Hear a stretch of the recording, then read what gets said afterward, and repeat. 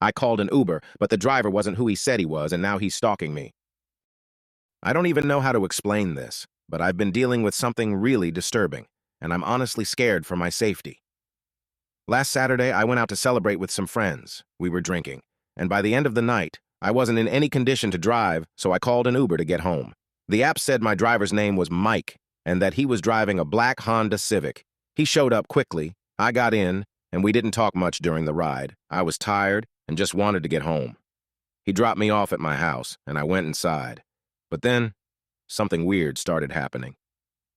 The next night, I looked outside and saw a black Honda Civic parked across the street from my house.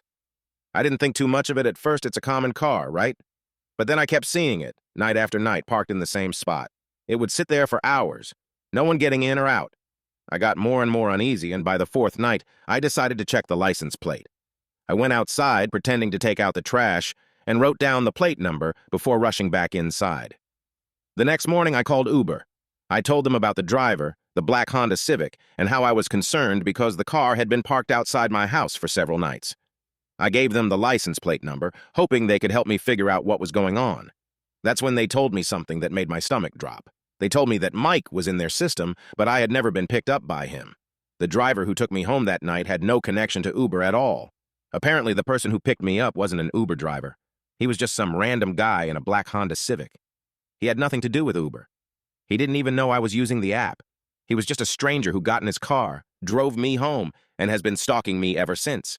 I'm seriously freaked out. I called the police, but they said they can't do much unless he does something more like actually approaches my house and tries to break in. So for now, I'm just staying at a friend's place. But I can't shake the feeling that this guy is just waiting for the right moment to do something worse. Does anyone have advice on what I should do? I just want this to stop.